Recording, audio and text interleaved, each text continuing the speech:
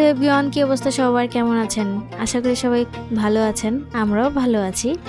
তো অনেক দিন ধরেই ভাবতেছি এই ভিডিও দিব কিন্তু সময় সুযোগে হয়ে উঠতেছে না। তো আজকে নিয়ে আসলাম নতুন রেসিপি। তো এখানে দেখতেই পাচ্ছ দুধের ক্ষীর।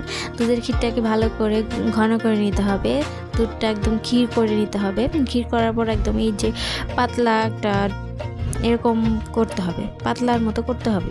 তো এখন দিয়ে দিচ্ছে ঘি। এটার জন্য ঘিটা লাগবেই, ঘিটা খানিকটা অনেক। তো কে কোথা থেকে ভিডিওটা দেখতে সবাই একটু কমেন্ট করে দিবেন, আর ভালো লাগলে ভিডিওটা অবশ্যই শেয়ার করে দিবেন। তো এখন দিচ্ছে আটা, এই সমস্ত কিছু হবে আটার উপরে। তো আমরা এখানে 3 চামচ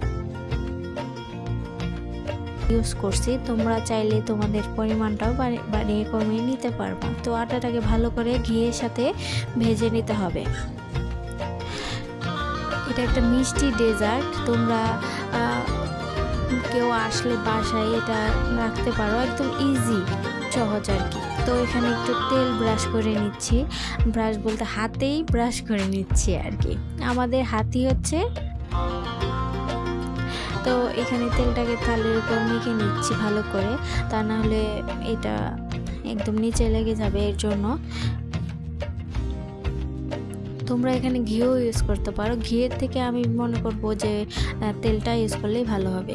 তো আটাটা ভাজা হয়ে গেছে, আটার ভিতরে এখন দিয়ে দিল পাতলা যে ক্ষীরটা করা হয়েছিল, ওই দুধের ক্ষীরটা দিয়ে দিল। তো পরিমাণ মতো দুধের ক্ষীর দিয়ে দিছে।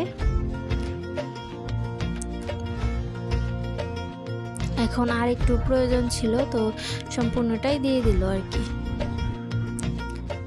তোমরা তোমাদের মতো মিষ্টিটা বাড়িয়ে কমিয়ে নেবে। আমি দেখিয়ে দিচ্ছি মিডিয়াম আঁচটা কতটা থাকবে। তো এইরকম ভাবে আঁচটা থাকবে আর কি।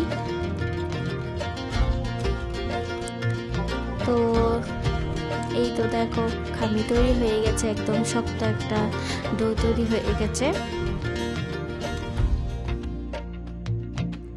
এখানে চিনি পরিমাণটা তোমরা তোমাদের মতো দিয়ে নেবে, আমাদের চিনিটা যতটুকু লেগেছে আমরা ততটুকু ইউজ করছি।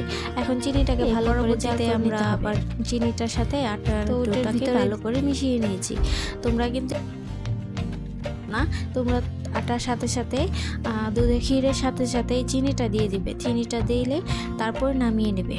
তো সময় সুযোগের কারণে কি দিয়ে বানাইছি তোমাদের দেখাইতে পারি নাই, তো এটার জন্য দুঃখিত। আবার নেক্সট টাইম যখন বানানো হবে তখন তোমাদের সাথে শেয়ার করব। তো এই ছিল আজকের রেসিপি, খেতে কিন্তু ভালো হয়েছে।